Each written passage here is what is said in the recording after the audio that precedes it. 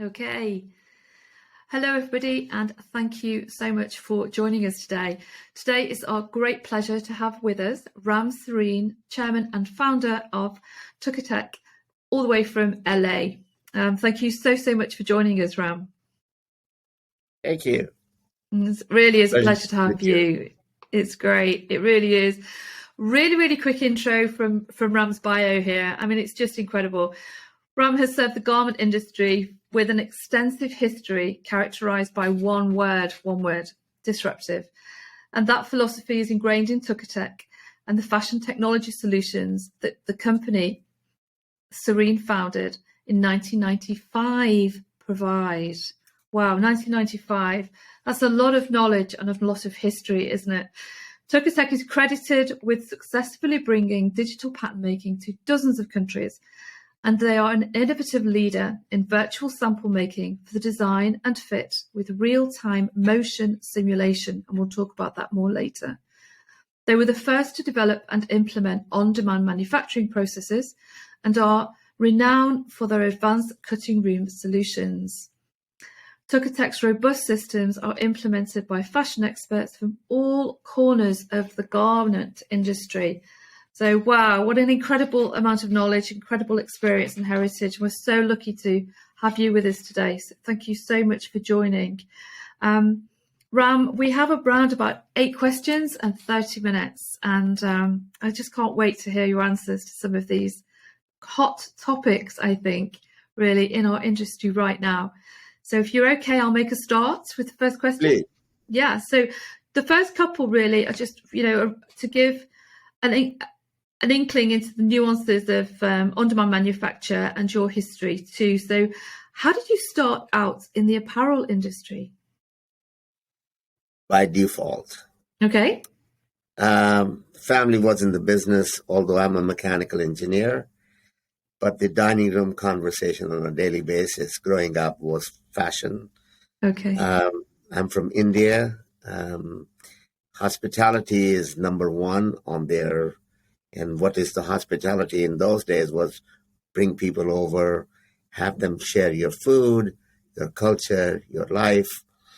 So almost on a weekly basis, I would be exposed to designers or buyers coming in from UK or USA. And so sitting and listening to them, I had no idea what the fashion industry insights that I was getting. My biggest trend, I joke about it because as soon as I became 16, it became my responsibility to take the visitors to show them Taj Mahal.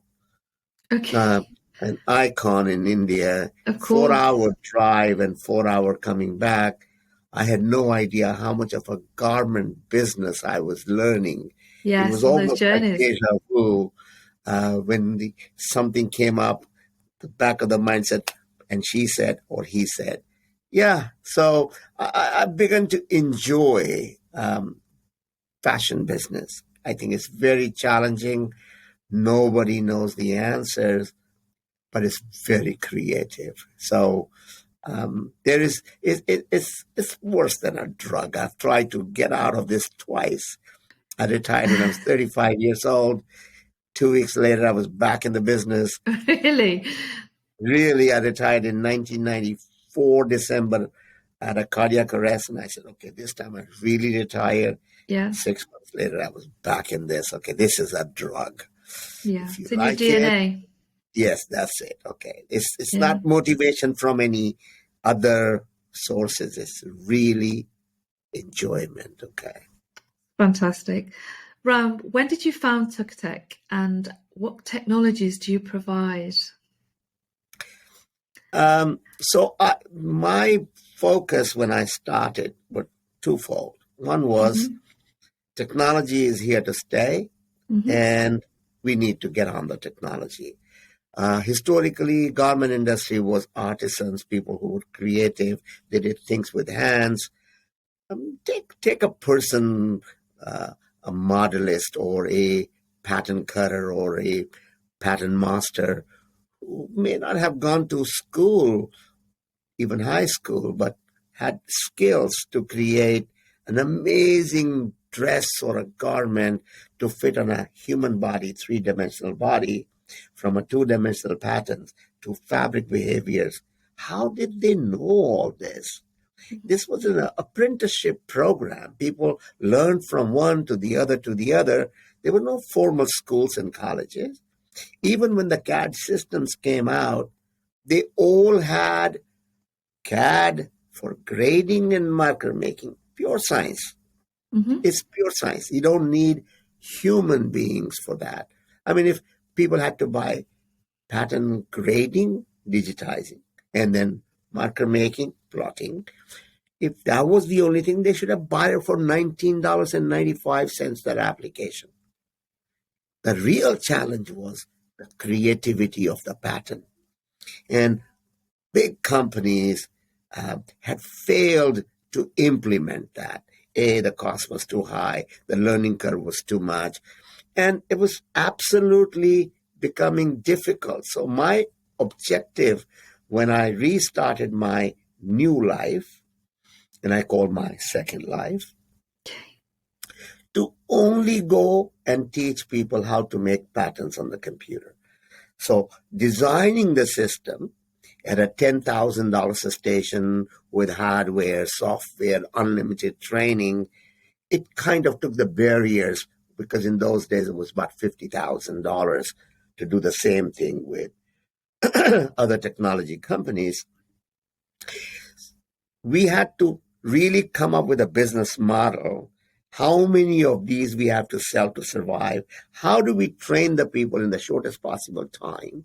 How do we make sure the person who has never touched a computer, remember this is 1995. Yeah. Windows 95 was my motivator when I saw that platform, and I said Unix was doing exactly the same thing what Windows is doing, multitasking, multiprocessing. Mm-hmm. Why do I have to navigate?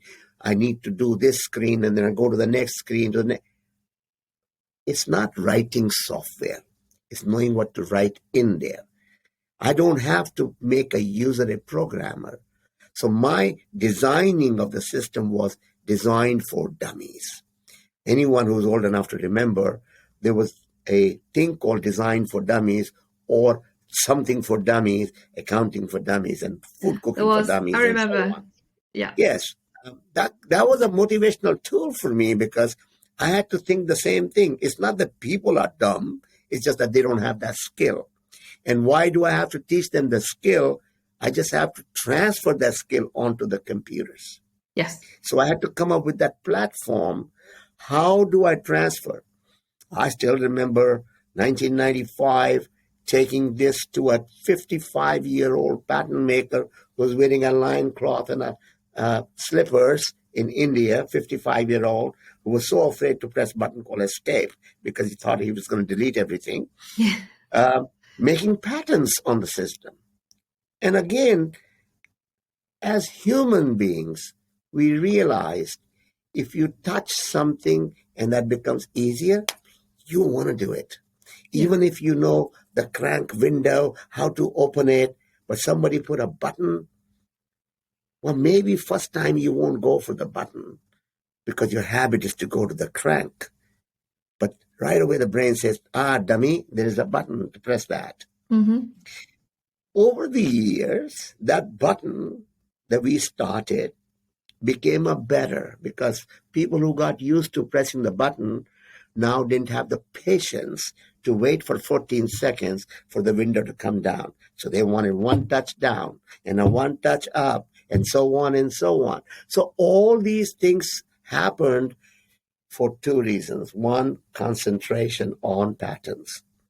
Grading. Most of our clients don't have graders and marker makers. That's automated. Most of our pattern makers are trained to work with what they have already done. So if they have gone from 1 to 10 one time, they are taught how to utilize that as an asset. So the next time you're going to start making something similar to, you start from 7, 8 or 8, 9 and come to 10. I don't want to sell more systems. I want more people to get more out of what they invest. We have a thing called less is more. Yes. And that has to be the focus for any business today.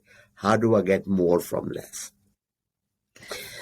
It's a long answer for a small company, but we've had 27 years and we have not deviated from our focus to simplify the process, not just leave it as one button, but continue to make more buttons and more buttons and more buttons, to the extent that today we have what we call automatic pattern making. I can take the CEO of the company in 15 minutes, create that person a great pattern maker, that even their own pattern makers say, what am I going to do now? That's technology. It's the transference of those skills into the digital format, really. Am I correct, Ram, though, in also saying that your software goes from design all the way through production to pattern nesting, pattern marker making, nesting, grading, all the way through, and also solutions that then can help people cut fabrics at the other end of the scenario too? You have a total solution, is that correct? That is absolutely correct. So, again, we didn't want people to think that if they're going to buy from Tukatech, they have to stop doing what they are doing. Yes. Everybody is still in business when this came to us, and they were making money. They just wanted to get better. So if they have made investment in, let's say, a CAD system, they had a plotter and a digitizer, and all right, use my brain power, the software, and I can drive the digitizer, and I can drive the plotter or the cutter. So why I did what I did? 3 reasons. The fight between the 2 big giants at that time, I'm not going to mention any names, but the objective of all these corporate run businesses was, I want to own the entire world. So I will not share my data with anybody. And so you have to live within my world. And the world was becoming way too big, where we were outsourcing and so on. So think of the little schmuck sitting in a country in Asia who is now doing business with a client who is sending Gerber data, another one is sending Lectra data, another one is sending from Assist, Cansco, this or that. How many systems am I supposed to buy? Yes. Because these guys don't want to talk to each other. Yes. It was a nightmare for big brands and big retailers and big suppliers. How do I integrate? So we were the first company in the world to come up with totally open system. I said, we are going to work with everybody. The common language. I created software that could read everybody's files, and I could send that to anybody. We became the darling of all the factories and vendors because it was a problem they needed to solve. We are not very big with designers and brands, but we do control most of the big countries who are exporting countries. 90+% of Sri Lanka uses my technology, and they all had different technologies. 75-80% of Pakistan, 75-80% of India, Bangladesh, all these countries, because these people, their core competence is not being a CAD operators or 3D. They are cut and sew businesses. They make their money by sending garments out, and they want to get on. They want to get onto that. And they generally work on very low margins as well. So as you say, the cost of expensive programs that are unique, that close doors, not open doors for you, it limits your commercial activities. So it's a no-brainer. I want to touch base on this for our listeners who generally see only things from their own perspective.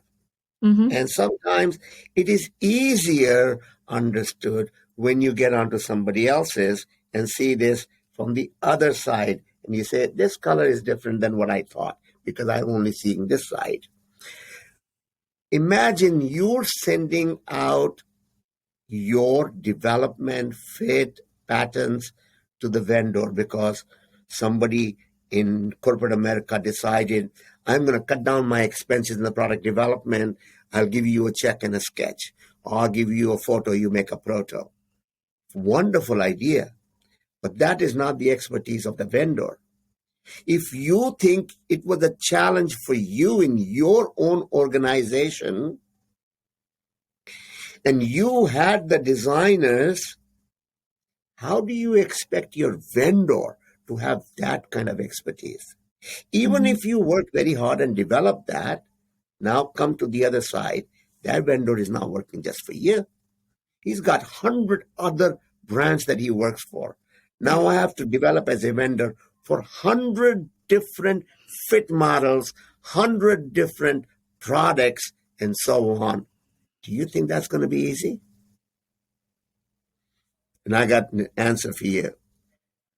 Most of my customers work from 30 to 100 different brands, and they don't make samples. This is technology.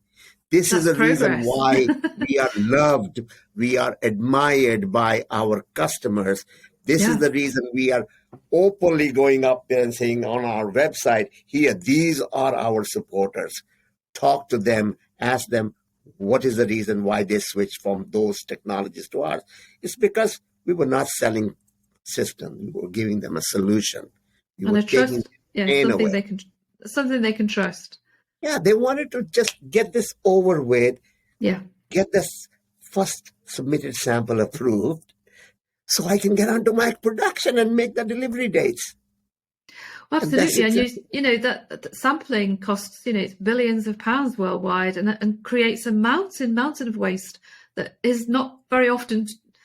It's hard to pinpoint exactly how much waste there is in the world from sampling, but it's huge. It really is. And as you say, it needs to end. And it only ends when everybody has total trust in the process, which is what you're delivering with your software solution, as you said, which is great. It's fantastic. In the fashion industry, even when we are vertical, we had I'm from California. And California is known for its capabilities in design and development, creativity, and so on. Almost every large retailer brand has an innovation center here because the talent is here. Yep. There are people when I say people, hundreds of companies who make thousands of new products, new samples every month. And they have a market week in either New York or in Las Vegas or whatever, but they have to go there and present. It's a very organized sector, okay? Yes. I am going to go there with 250 styles of mine, and I want to get that reaction from my buyers. Which one do they want to buy? I may come back with an order for about 150 out of 250 styles. Question now is, how much effort should I put in to create that 250? If I do the way we have been working in the industry, we will go bankrupt because I'm going to get the order for 360 and 480, a very big order of 600 garments of a style. So how do I amortize that cost of development over the number of units I've sold? If my cost of development is so high, I can't sell cheaper clothing, right? Mm-hmm. So the business model here has been no tech packs, no nonsense, no waste of time. You go in and you create 3, 5, 10, 20 styles in a day. You approve it so that you have only 2 weeks to prepare a line of 250 styles. We have what we call first pattern makers, which is what a lot of people are using 3D now, which is creating a look sample, which is wonderful. But there's a lesson to learn from here. The lesson is, when I made this look sample, I made it with a very inexperienced, cheaper pattern maker who doesn't understand fit, who doesn't understand most of the things, but they are working very close with the designer, making things happen, cut and sew in the sample room, and make a cute looking garment. Maybe extra small, so it has a beautiful hanger appeal that I can show in the marketplace. This was a physical process, which is now being transformed into digital process. But now let me tell you the dose of reality. The reality is when the company came back with the orders for 150 styles, now it has to be ready for production because we need to produce these garments. Different set of pattern makers. These are production pattern makers who understand fit, who understand block, who understand specifications. Do you think they worked with those patterns which were done by these inexperienced pattern makers, or we call them first pattern makers? No, they throw them away. They throw them away. But today the brands are forcing people, take this look sample data and create the garment. The vendor is saying, that's garbage. It doesn't fit. Yes, yeah. To It's fix a picture. all this, I'm better off starting from scratch. Yeah, it's a picture, not a product. That's where the disconnect is. Today, even in California, all the first and production pattern makers now work in sync with my technology. In 85%, please remember this number, 85% of the technology being used in California is Tukatech. That's we don't huge. need salespeople. 19 universities in California teach with our technology. That's very important. Yes. 3 high schools teach with our technology. There are more than 200 colleges who teach with our 3D technology. We're not teaching Photoshop and how the garment is going to look so beautiful. We're showing how to fit a garment and then create the look. If you're not teaching the fundamentals of that technology is going to fail. And this is the reason why we are doing on 3D and then cutting and sewing to show how the garment is going to look like. I'm sorry, not Tukatech customers. They don't make samples. This is what the birth of demand manufacturing came in, where I could design digitally, develop digitally, show digitally, without having any sample, any fabric. That's so important. And then make it. Yes, but it's so important, isn't it, that you are actually using commercial production-ready software in a learning environment. It's and everybody that graduates from whichever level from those courses actually has the skill. They can go out and they can gain employment. We have here in the UK we have lots of problems with students and graduates who have to then go out and take internships for a year or so, and they don't get paid because they've actually graduated with their degree, but they don't have the right skills to gain employment, and that's an absolute tragedy, and it needs to be changed. So it's fantastic. It sounds amazing that your software is so well placed within your academic sector. Well, it was focus. We had to focus. Back in the early 90s, the need for the industry was to get more pattern makers because we needed more styles. It was just a matter of how much spaghetti you throw on the wall and some will stick, right? It was a numbers game. Yeah. And for that, I needed pattern makers. And believe it or not, back in 1994, 95, we were having auction on the pattern makers in this industry, where I'm paying $80,000 to this pattern maker who doesn't speak English, but driving Mercedes-Benz. And then somebody comes in and gives $100,000, and then she's gone without any notice. And then I feel, oh my God, she was really good. I'll give her $120,000 and bring her back. This was a reality. I'm not kidding. You can check with California Fashion Industries.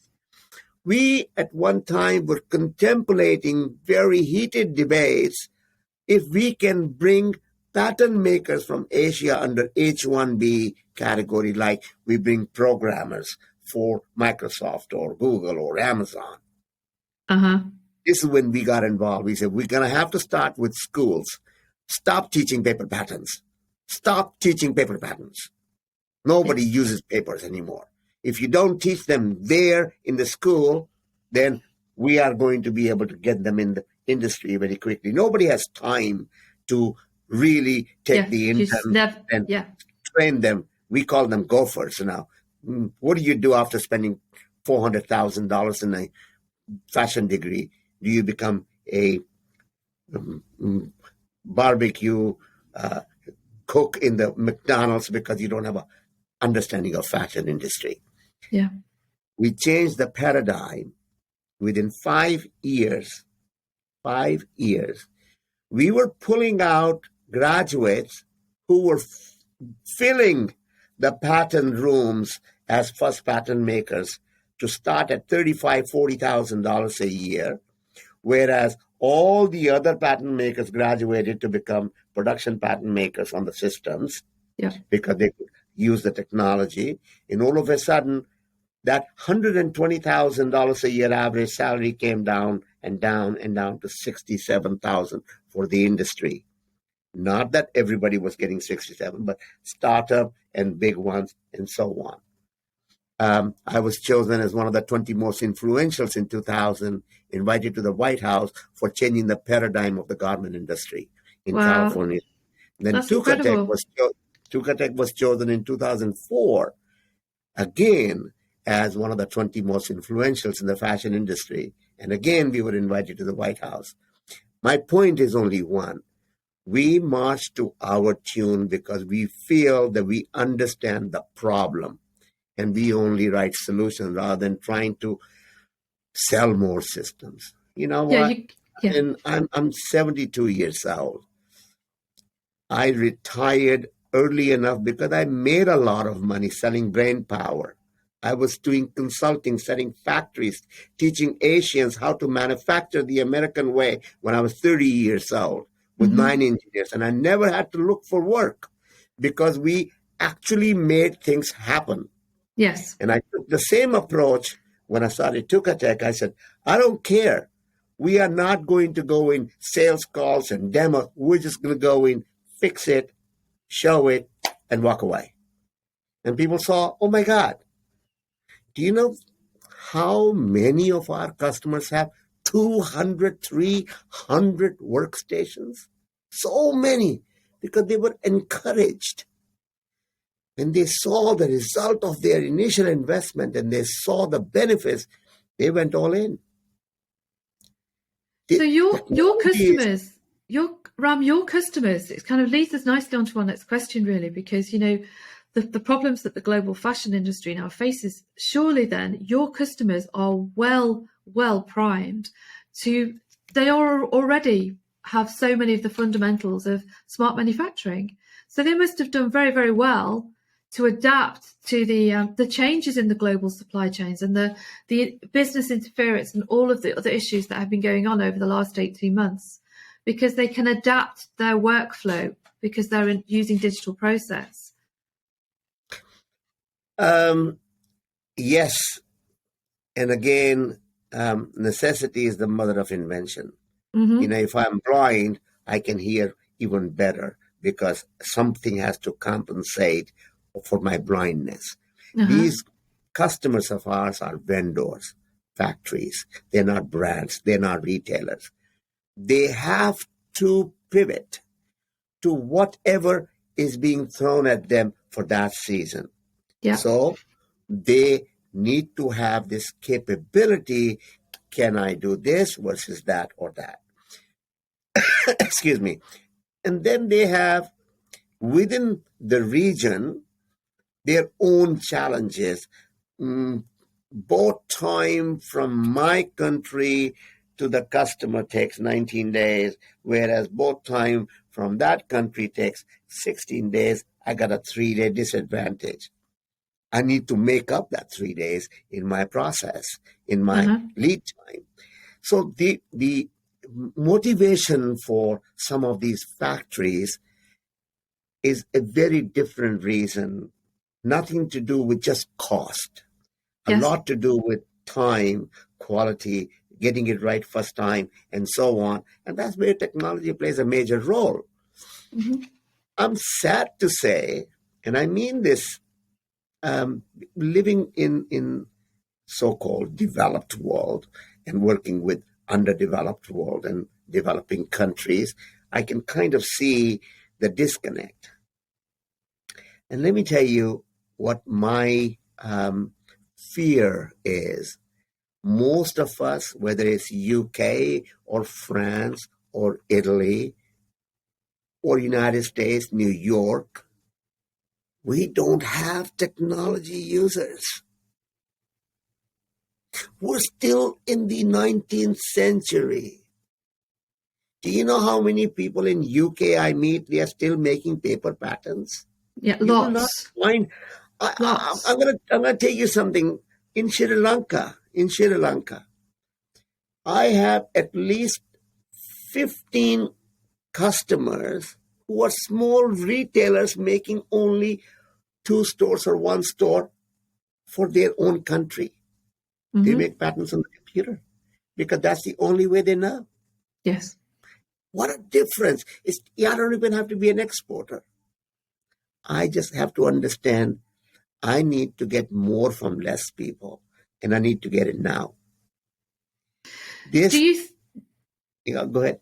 do you think then that the problems that the global fashion industry now faces with regards to, having to have the right product at the right time in the right place, do you think that is actually fundamentally going to make them shift both to work with their vendors to have that to just digitize the supply chain from A to B? Do you think the fashion industry is willing now to work closer with their vendors and share that responsibility for sustainability? The answer is yes. Yeah. The shift that I call it is a reaction. Mm-hmm. They are being reactive. They're not being proactive. They are against the wall right now. There's somebody else in their own space is eating their lunch, and they're trying to find out why. Look at all the technology companies who came out. They came out because of somebody else's weakness, whether it Mm-hmm. was Netflix or whether it was Airbnb or whether it was whatever technology company. They all came out with technology to fill the weakness of one business model. The biggest example is Tesla. Mm-hmm. Tesla, because that is a, a, a major change as far as paving the way for all the leaders to now think, I gotta compete with Tesla. Not Yes. 10 years ago. Today, every automobile company is looking up to how do I compete with or do what Tesla is doing. Sadly, it's too late. They have already taken the ownership of other things. They don't make cars, they make robots. Yep. They know exactly who uses, when they're used, and how they're used, and so on. This is a data company. Fashion is no different than it's a data. What data do I need? What kind of products you like? What is your body shape? What is your fit? And so once I have it, I can get to you and give you what you like. Still give you at less money and make a lot more money. Mm-hmm. This is what we call direct to consumer. Direct to consumer is what the differentiator of Tesla was. Not because they made an electric car, not because they had this or that. They killed the noise in between all the dealers and all the factories. No more. I design, I develop, I sell, I service, I finance. I am Tesla, and I take care of you. Do you My do you son think drives. then? Sorry. I don't drive Tesla, but my son drives, and I see sometimes from my kitchen window there's a Tesla truck there, but there's nobody at home. My son's car was there, And that guy goes in, he knows how to open the car, he knows how to fix and so on. What was that about? Oh, yes, Dad. My tire was giving problems, so they came in and changed the wheel and the tire. This is a Service. different world.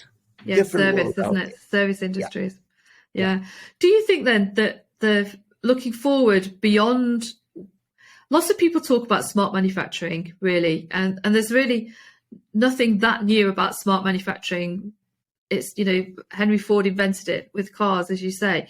But what you actually need is a digital workflow and a digital workforce, whether that's some semi-robotics for shipping and all of those things, as well as embedding all of those incredible skills using software platforms such as yourself. But do you think then that the actual true definition of smart manufacturing is going to move beyond taking an order for X amount of SKUs? The SKUs orders are going down and down and down. The volume's growing, but there are more products within each of those orders. Do you think we're going to start to see then a new hybrid manufacturer who is going to do what you've just said, like the Tesla model, who they're going to drop ship? So they're literally the BMOS, the new BMOS of manufacturing will be the smart technology providers who ship direct to the brand's consumer, white label. Yes. We saw this, and our learning here, after having more than 600 factories on that business model, is one. We, old-timers who understand fashion industry, are our worst enemies, because we are now living in a paradigm. This is how we work. No. This is how we used to work. Unless we take that approach that we used to do this, and I'm open to change, I'm open to learn new tricks. If I don't do that, the young guys and girls are going to kick my rear end and eat my lunch. And then my reaction will be, because I'm not proactive, I'm reactive. What happened? Shit happens, not shift. Shit happens in the garment industry. Very simple. Please go to my website and you will see so many case studies of people, young people, zero understanding of what denim business is, what fit is, and they come up with an idea. I'm going to make custom-made denim jeans. Hello, did some idiot from the old industry then tell you that it is one of the hardest things to fit? Yes. That denim is like making bras for women, okay? It requires ultimate fit, and if it doesn't fit, it doesn't sell. Oh, yeah, I understand. That's the reason why I want to start this business, because I don't like the way the garments fit my body. 2 24-year-olds started, and they've become a legend in California. They had zero understanding of garment industry. All they did was use smart factories. Wow. We have smart factories being sold where we take care of teaching the right way. And the only way that you should be working on, please, if I'm going to teach you, stop telling me what you know, because what you know could be your enemy. The younger people who are now getting in the family businesses for the vendors, they are doing extremely well compared to their parents and grandparents. Why? Because they're not listening to parents and grandparents. I've had owners tell me my son came in after studying in Oxford or Cambridge or in the United States, and when he came in, I wanted him to come in the family business. The kid says, if I'm going to live 30 years out of this business, I'm going to do it my way. I said, okay, I give you all this, take it. Okay. He said, well, you know what he did first day? He came in and fired all my senior people. And then, wait, what are you doing? He said, Dad, you told me to do it my way. And guess what? That 22-year-old kid today is doing $250 million. And his father in his heydays couldn't do $25 million. They don't have that emotional attachment, do they? Yeah. I'm sorry? It's being able to cut off the emotional attachment, and they're just doing the right thing, the thing that legacy businesses don't do, because there's too much history, there's too much love, there's too much empathy. There's just, everybody's way too connected to things, and things are just too emotional to sort them out, really. But what that sounds like, that storyline is just, somebody who has the vision to completely rewire manufacturing and the manufacturer's relationship with the vendor and the super brands. And I think that's what you're saying has to happen. Absolutely. You got to go in and say, all right, how do I put my team together? My focus is not making more quantity. Yes. My focus is to make more money. My focus is not to really go out and say, I do 100 million, but I make $2 million. I want to do 10 million and make $3 million profit. Mm-hmm. That's the margin, contribution margin. The new keyword in the industry right now is, what is our margin? You're right. Yes. You should have been focusing on that, Mr. Retailer, because the young people, the startups, are going to nibble, and all of a sudden they're going to be bite marks. I agree with you. I've been in this industry long enough to see the trend. In the last 3 years, I've never seen that many startups around the globe. Yep. I'm not kidding. There's 24/7. We have no time to go out and talk to anybody or knock on the door, because there's so many people knocking on our door. And these are all people who have no idea of garment industry, but they got money, they got financing. Even the investors are looking at their business model and putting the money out there. So I'm seeing a very different trend, what I'm seeing in the last 3 years. Now, reality check. 80% of all these startups will fail. Mm-hmm. No doubt. None whatsoever. But the leftover 20% will be so huge that they will make everybody's head spin. Even guys like Amazon and Walmart will have to rethink their processes, their business models. If they don't, these young guys have affordable technology behind them and great ideas. And they don't have aspirations to become $100 million. They just want to do $2 million and make $1 million out of that. And they can do that. That's what micro factories are. That's what smart factories are. I want to make what I have just sold. That's smart factory. Till then, Debbie, I remember growing up when we didn't have all these ready-made clothes and retail stores and so on. Mm-hmm. We had tailor shops. Yes. And you would go to a tailor shop who has rolls and rolls of materials, who could take out which fabric do you like, which color do you like, or you want to get a shirt made. Okay, I want this kind of collar. No, I want a button down. I want 2 pockets. I want an epaulette. I want a military look. Whatever. He just used that fabric, my body, my style, and 2 days later or second day, I go and pick up that garment. And he still has the fabric left over that he could make it a woman's blouse out of that too. Mm-hmm. We are at that stage, but now using technology and internet. That's demand manufacturing in smart factories.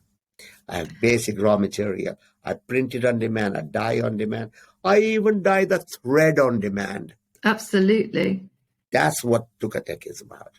It's fabulous. Ram, thank you so much. That was just a really great conversation. Thank you so much for sharing your knowledge and your vision and your wonderful passion.